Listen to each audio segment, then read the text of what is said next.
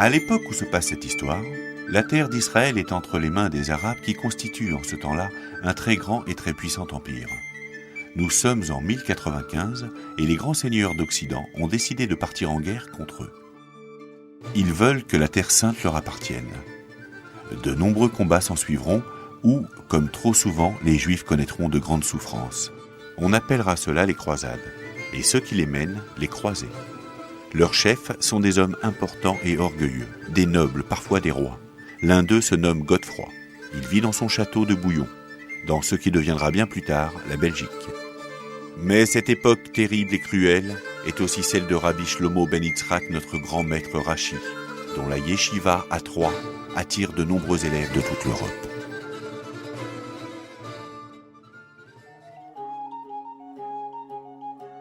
Tu sais, David, Oui, Shalom. je pensais à quelque chose. Quoi? Notre peuple a vécu parfois des temps difficiles. Et notre époque n'est pas la plus facile. Tu as raison, mais tu sais, il y a quelque chose que nous avons toujours su garder précieusement. Notre Torah. Tu viens de le découvrir?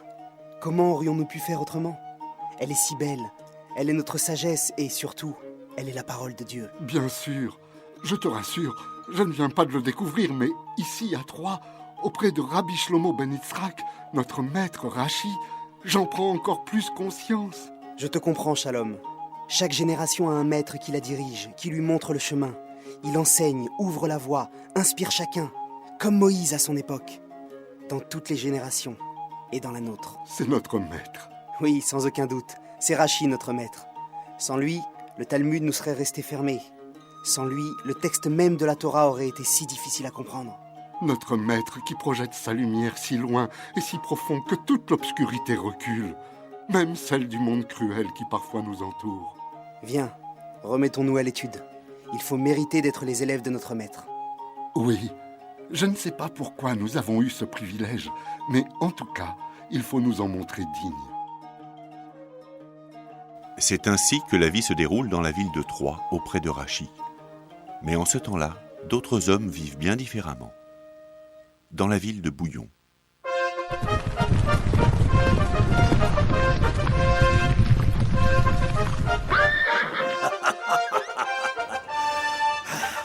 Quelle belle partie de chasse! Hé, toi!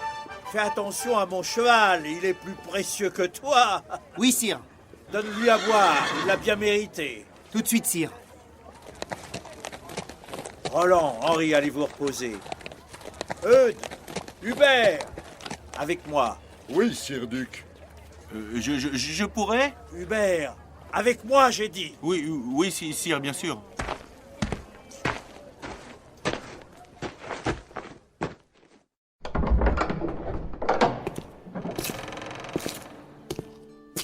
La chasse vous a plu? Merveilleuse, sire. Et le sanglier était bien gros. Ah, ça est bien gros et fort, et ses défenses... Suffit! Mais votre coup d'épieu, sire, c'était un coup de maître. Vous l'avez abattu d'un coup. Je dois dire que... Mais parlons de choses plus sérieuses. Que la chasse, sire? Hubert, Eudes, tu es mon fidèle chevalier. Pour vous servir, sire. Quant à toi, Hubert, je t'aime beaucoup, mais essaie de comprendre plus vite. Oui, sire, bien sûr. Paix! Je sais que je peux compter sur vous. Écoutez bien, vous êtes les premiers à entendre mon grand projet. C'est un grand honneur, seigneur Godefroy. Oui, un très grand honneur. Paix! Vous savez qu'on ne parle que de croisade en ce moment. Oui, j'ai rencontré des seigneurs, des chevaliers, des hommes d'armes. Le monde entier est en mouvement. Ils ont tous la Terre Sainte en tête. Oui, la croisade, la Terre Sainte. Mais vous savez, c'est loin, la Terre Sainte. Et puis, il y a les armées, et les armées arabes, elles sont très fortes, et des forteresses, et terribles, paraît-il, et puis... Hubert, si tu as fini... Oui.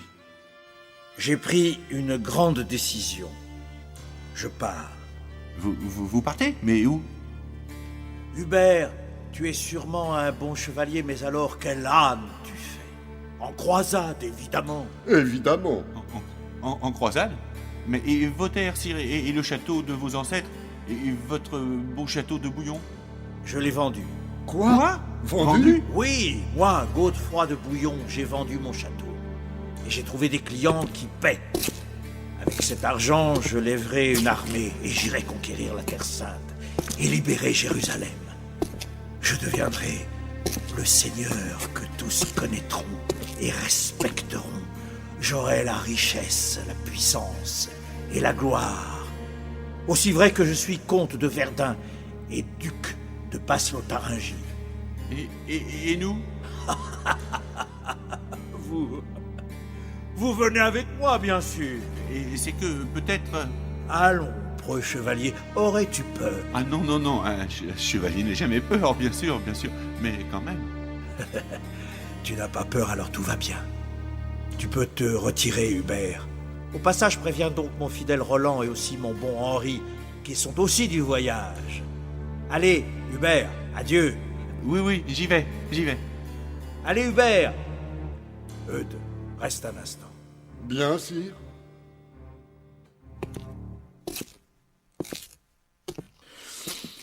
Bon, il est gentil, Hubert.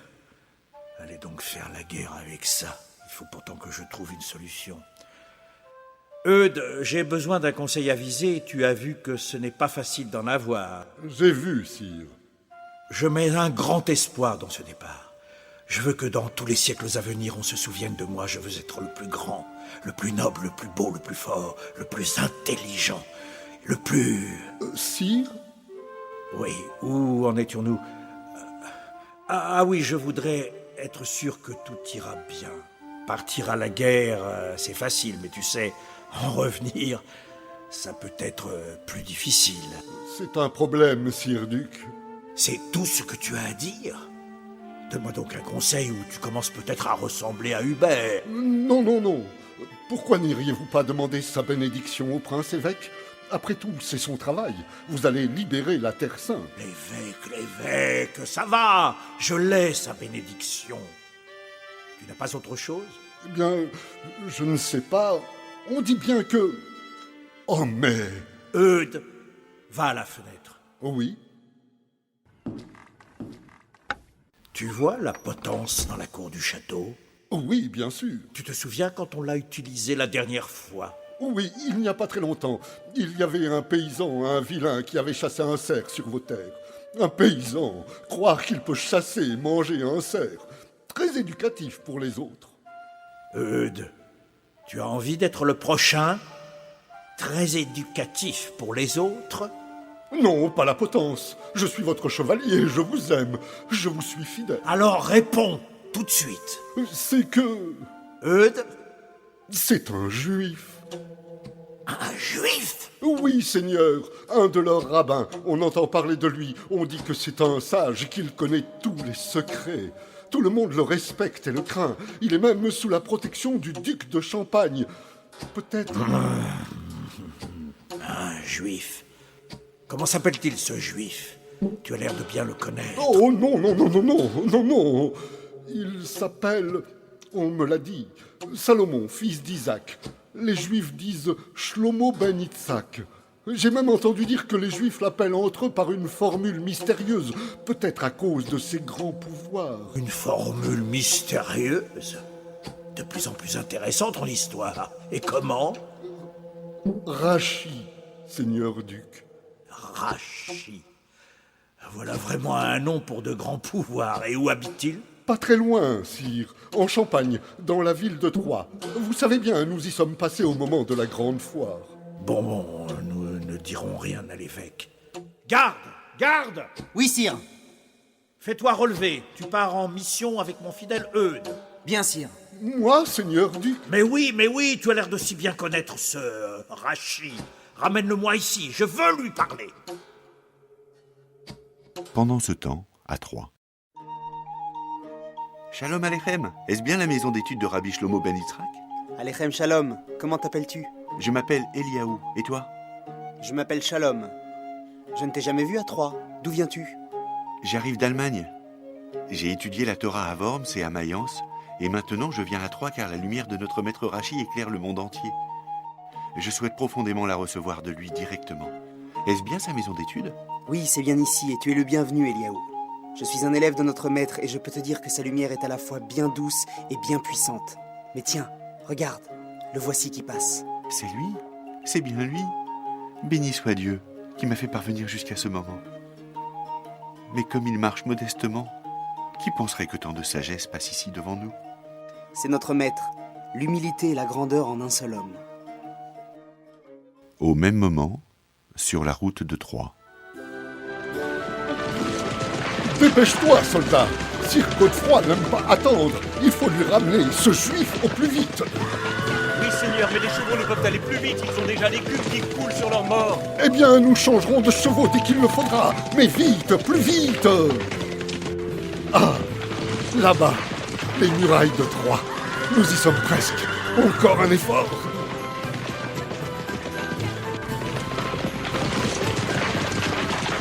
Peu après,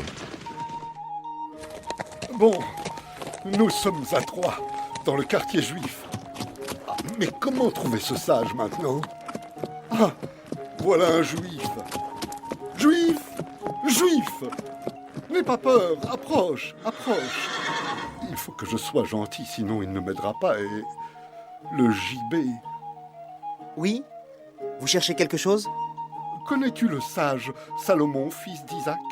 Qui ne le connaît pas? C'est mon maître. Tu es l'homme que je cherchais. Sais-tu où il demeure? Vous le trouverez à la maison d'études.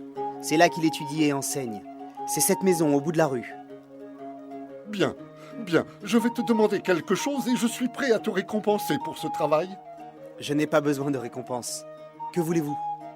Pourrais-tu aller trouver ton maître et lui dire que le chevalier Eudes est à sa porte, qu'il vient de la part du duc Godefroy de Bouillon et que celui-ci l'invite à venir le voir? Il a quelques questions importantes à lui poser. Je vais demander à mon maître. Attendez un instant. quelques instants plus tard. Voici la réponse de mon maître. Mon étude n'attend pas et je ne peux l'interrompre. Que le duc Godefroy de Bouillon veuille poser ses questions à des hommes qui vivent dans son monde et laisser en paix ceux qui ont d'autres désirs. C'est la réponse? Oui, la seule. Sire, laissez-moi punir ce juif de son insolence. On verra s'il fait toujours le fier quand sa maison sera en feu. Tais-toi, soldat. Tu n'agiras que sur mon ordre. Sire Godefroy veut parler à ce juif. Écoute, juif. On dit que ton maître est un sage, mais s'il ne vient pas de son plein gré, je crois que le duc lui fera regretter d'être né. Es-tu bien sûr de la réponse? Réfléchis bien. Il n'y en a pas d'autre, sire. Alors, adieu. Je vous aurais prévenu. Malheur aux Juifs de Troie. Adieu. Notre maître sait ce qu'il fait. Que Dieu nous protège de la fureur des barbares. Plus tard, dans le château de Bouillon. Alors, Eudes, c'est bien, tu as été rapide. On voit que je n'ai pas envoyé Hubert. Mais où as-tu laissé ce rabbin? Tu ne l'as pas mis en prison, au moins pas pour le moment, j'ai besoin de lui. C'est que, Seigneur Duc... Ne me dis pas que tu as eu un problème. N'oublie pas, tu sais, ce qu'on voit de la fenêtre. Non, non, Seigneur. J'ai fait ce que j'ai pu. Ce juif... Quoi? Il ne veut pas venir. Quoi? Mais tu plaisantes. Non, non, Dis-moi non. que tu plaisantes. Non, non, Seigneur. Non, Seigneur, il n'a pas voulu. Ah, il n'a pas voulu. Un juif. Il ose refuser mon invitation. À moi, le seigneur Godefroy de Bouillon, comte de Verdun, duc de Basse-Lotharingie. Moi, qui d'ici peu serai l'homme le plus glorieux du monde. Moi, le plus noble et le plus brave des barons. Il me refuse à moi. Et toi, qu'as-tu dit, misérable, avant que je décide de t'envoyer à la potence? Non, non, non, Seigneur, non. Pas la potence. Je lui ai dit de réfléchir. Et quand il a continué à refuser, je lui ai dit que le malheur allait s'abattre sur eux pour leur insolence. Je ne savais pas s'il fallait le tuer tout de suite, noble et magnanime Seigneur. Mais si vous voulez... Ça va! Tu as de la chance. Je suis noble et magnanime, mais ce juif va le payer cher. Prends 10 cavaliers, nous retournons à Troie. Tu viens aussi, mais je prends la tête de l'expédition avant de prendre celle de ce juif ou la tienne, peut-être. Cette fois...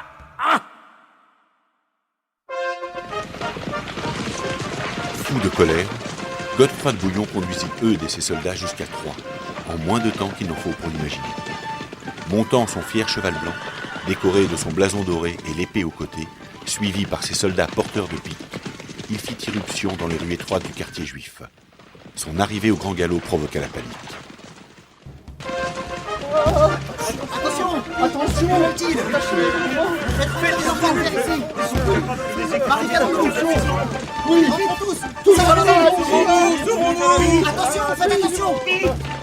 Vite, mais qu'est-ce qu'il vient de faire ici?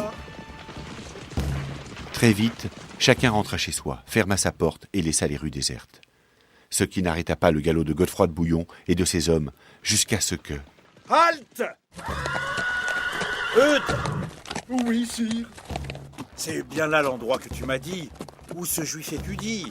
Oui, sire, c'est bien là, je reconnais la maison. Tout ça me semble bien désert. Ah, ils se sont cachés, sire. Nous leur avons fait... Ils font bien d'avoir peur. Je vais voir ce qui se passe ici. Dans quelques instants, ils auront encore plus peur. Et s'ils ne me plaisent pas, ils goûteront à la pointe de mon épée. Attendez-moi ici, je reviens avec des renseignements ou avec une tête ou deux. Je vais vous montrer comment on se fait obéir.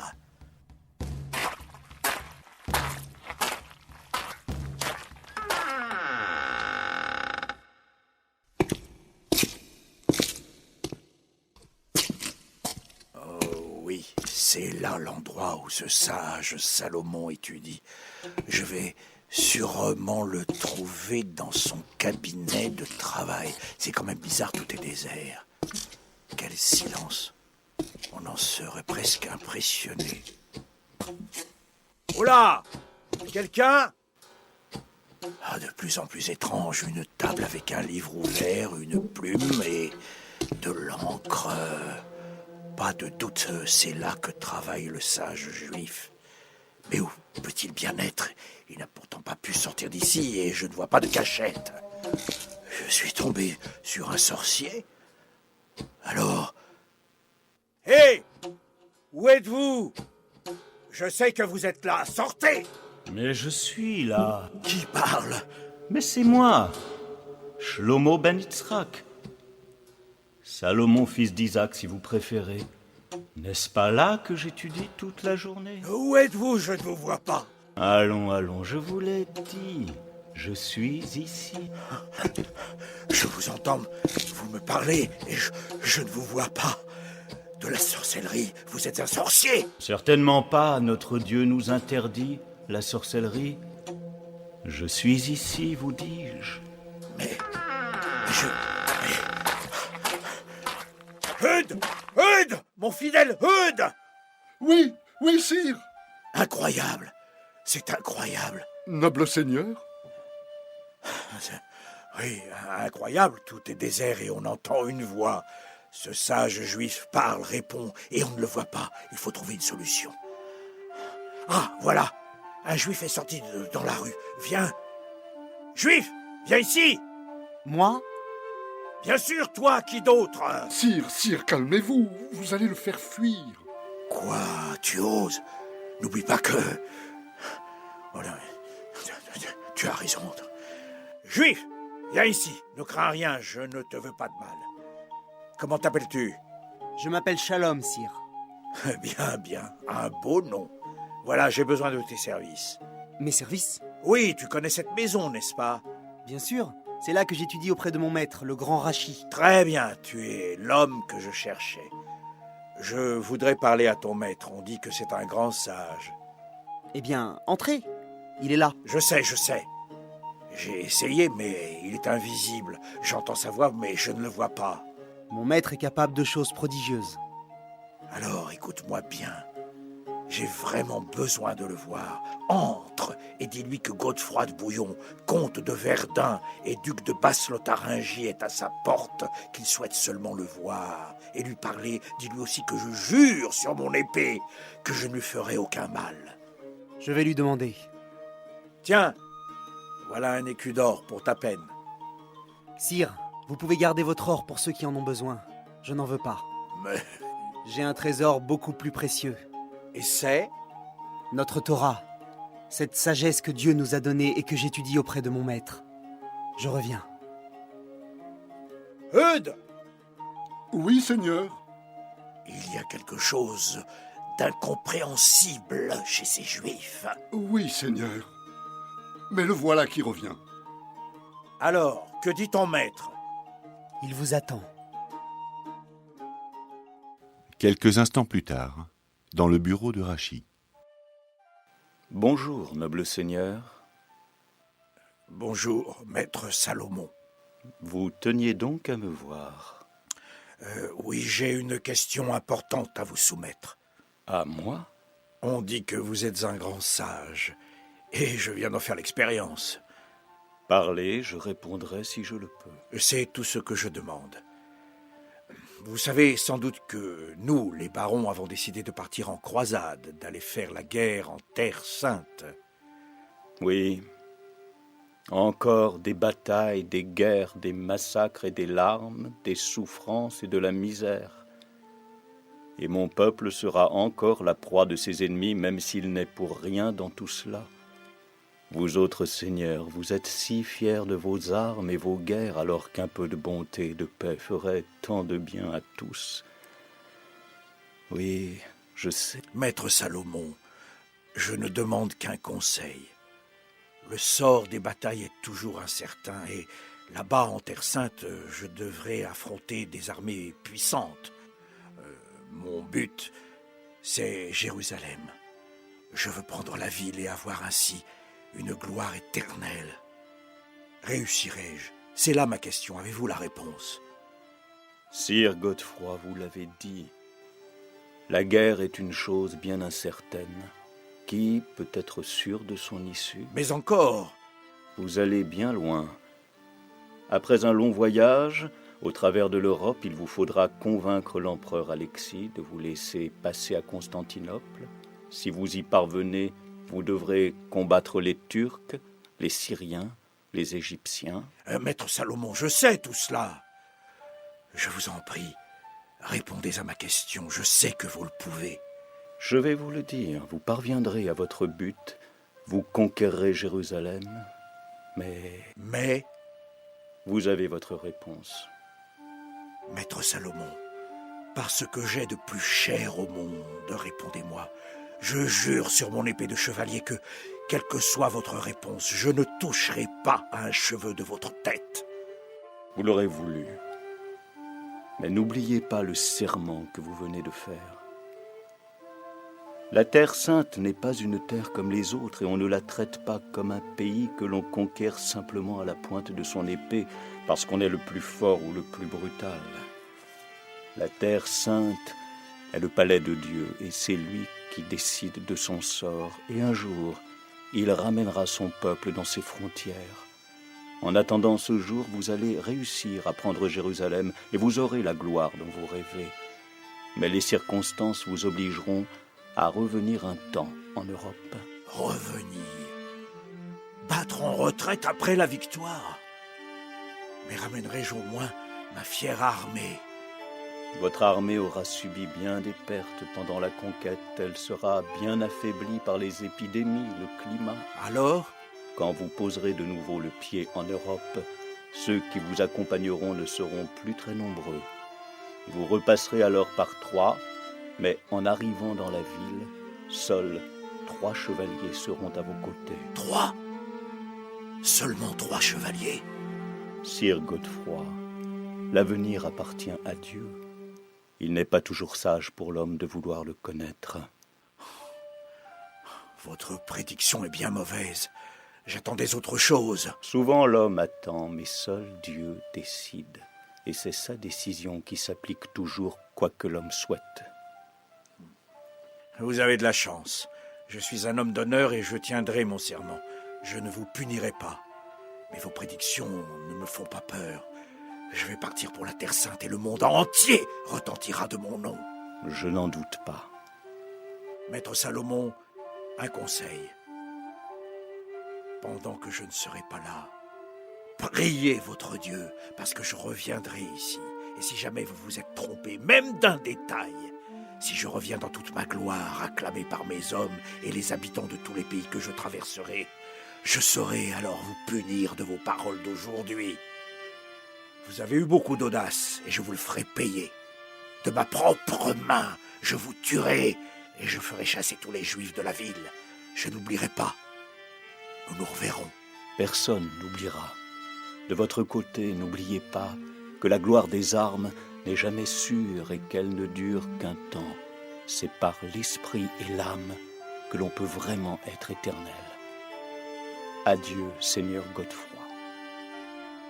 Et Godefroy de Bouillon reprit le chemin de son château, bouillonnant de colère. Ah, ce Juif!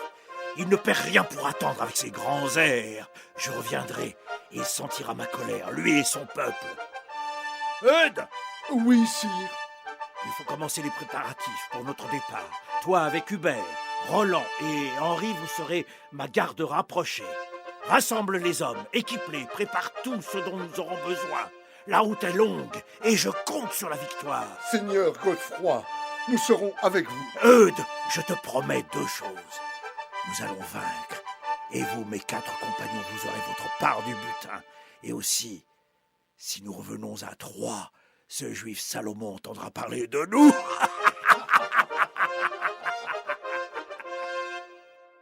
Les mois passèrent, consacrés aux préparatifs. Allez-y, fournissez vos armes.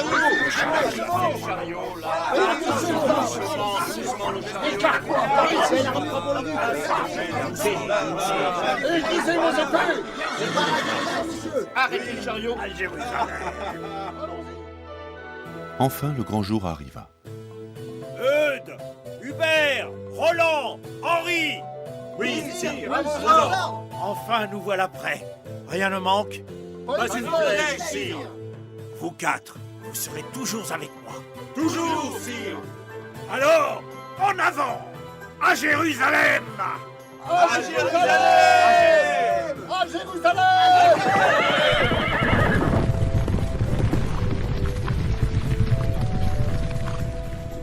Et le grand convoi se mit en route.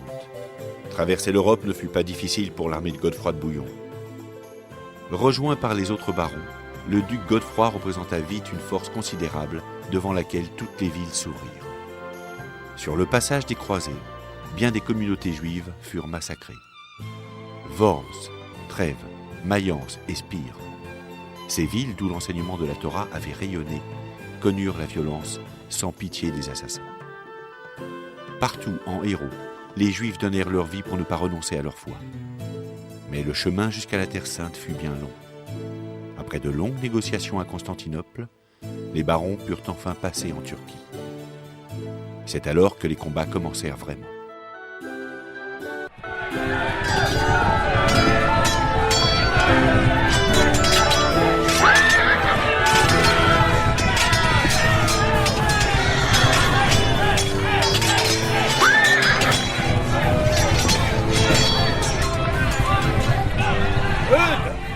Oui, sire. Cela fait déjà bien longtemps que nous avons quitté mes terres. Oh oui, bien longtemps. Que de batailles, que de villes conquises. Nicée, Antioche. Que de morts aussi, sire.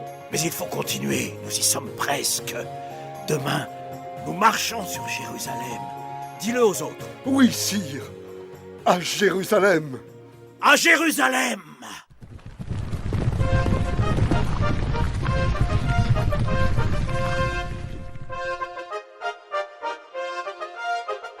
La ville est à nous! Eudes, Hubert, Roland, Henri! Oui, sire.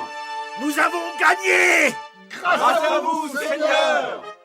Oui, mon nom restera éternellement attaché à ma victoire. Vous êtes notre héros. Notre très grand homme. Hubert! Oui. Rien. Mes amis, il faut que nous retournions en Europe. Je sais que nos hommes sont épuisés, que, après tous ces combats, il n'en reste pas énormément. Mais rassembler une troupe, je veux reparaître dans toute ma gloire et J'ai un petit mot à dire à mon vieil ami, le juif de Troie. Comment s'appelle-t-il déjà Salomon, oui, c'est ça, Salomon. Salomon. Et le long voyage de retour commença. Eudes! À votre service, Seigneur Godefroy. Tu es le plus fidèle de mes chevaliers, le plus intelligent aussi. Merci, Seigneur. Écoute, je ne veux rien dire aux autres, mais ce voyage est plus dur que je ne le croyais. Tout le monde le voit, sire. Mais moi, je le sais. Les soldats sont malades, ils ont de la fièvre. Beaucoup sont morts des privations sur la route, et ceux qui restent, je les vois vaciller sur leur selle. Sur vos terres, tout ira mieux. Moi qui pensais réapparaître dans toute ma gloire, ma bannière battant au vent, auréolée par ma victoire à Jérusalem. Sire Godefroy, nous y arriverons. Hubert, Roland, Henri et moi, nous sommes toujours à vos côtés. Je sais, merci mon bon Eudes.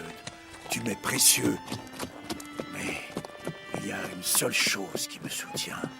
Laquelle, Seigneur? Je vais revoir ce juif Salomon à Troie. Tout est de sa faute, j'en suis sûr.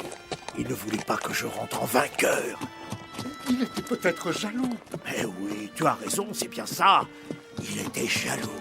Alors il m'a maudit. Il a fait semblant de prédire l'avenir pour m'impressionner. Et il m'a ensorcelé. C'est lui qui a rendu mes soldats malades. C'est lui qui fait que je ne rentre pas comme il faut. Mais j'ai toujours assez d'hommes pour lui faire regretter ses paroles. Bravo, noble Seigneur. C'est ainsi qu'il faut parler. Oui, moi, Godefroy, sire de Brouillon, comte de Verdun et duc de Basse-Lotharingie, je lui ferai rentrer ces mots dans la gorge. Il regrettera toute sa sorcellerie, lui et tous les juifs de Troie. Mais les soldats de Godefroy étaient plus affaiblis que leur seigneur l'avait cru. Sur le chemin, épuisés, brûlants de fièvre, ils tombèrent les uns après les autres. De la fière troupe qui avait quitté Jérusalem, il ne restait plus que quelques cavaliers qui avaient grand-peine à tenir droit la bannière de leur orgueilleux maître. Eudes! Sais-tu si nous sommes encore loin de notre pays? Non, Seigneur. Regardez ces campagnes, ces arbres. Vous ne sentez pas l'air de vos terres? Si, Eudes, tu as raison. Enfin, tant de jours, de semaines et de mois sont passés. Je n'en voyais plus le bout. Avant tout, poussons jusqu'à Troie. J'ai un compte à régler avec quelqu'un. Je sais, Seigneur. Et comme tu vois, vous êtes encore 6 à m'accompagner. Oui. Ce juif, ce sorcier m'avait dit que vous ne seriez que 3. Il s'est trompé. Je lui ai promis que si un seul détail de ses paroles ne se réalisait pas, je le punirais. Je vais le punir. Malheur à lui et aux Juifs de Troie. Il comprendra qu'on ne se moque pas du duc Godefroy. Allez, un dernier effort, au galop, à Troie. Nous nous arrêterons pour la nuit et nous y serons demain.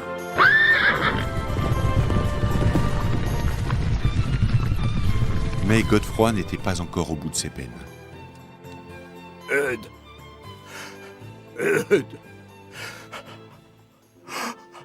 Le malheur nous poursuit. Oui, sire. C'est comme je vous le dis. Les 2 soldats sont morts dans la nuit. Mais ça ne fait rien. C'est encore la sorcellerie de ce juif Salomon. Il va payer. Il va payer pour tout. Voilà les murailles de Troie. Nous y sommes enfin. Raconte-nous, Eudes. Oui, sire. Eh bien, vous êtes 4. Entends-tu? 4. Oui. Es-tu stupide? 4 et pas 3. Il y a toi, Eudes, et puis Hubert, et Roland, et Henri, vous, mes 4 chevaliers.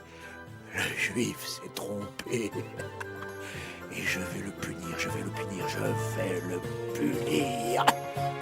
En avant! À 3! En avant! Rassemblant leurs forces, ils s'élancèrent vers la ville. Et, Eudes, tu as été celui qui a voulu ramener ce juif Salomon chez moi et il a refusé. À toi l'honneur d'entrer le premier dans la ville. Notre vengeance est proche. Oh, merci, Seigneur.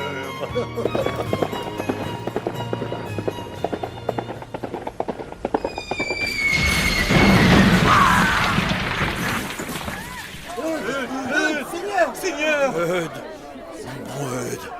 Oh non! Une pierre détachée de la muraille. Oh, vous autres, vite, enlevez cette pierre, vite, vite! Mon bon Eudes, vite! Sire, il est mort, la pierre l'a écrasé. Eudes. Oh! Mais alors vous n'êtes plus que 3. Malheur. Le juif maître Salomon avait raison. Il avait tout vu, tout le mal que j'ai dit. Quel fou j'étais. Il faut que je le voie, qu'il me pardonne. Je dois lui parler. Vous 3, attendez-moi ici. Je reviens. Bien, sire.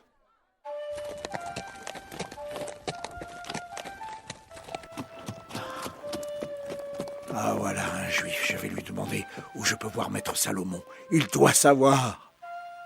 Dis-moi, je suis Godefroy, sire de Bouillon, et je suis venu voir un sage juif ici il y a quelques années. Il s'appelle maître Salomon, fils d'Isaac. Je crois que vous l'appelez Rachi.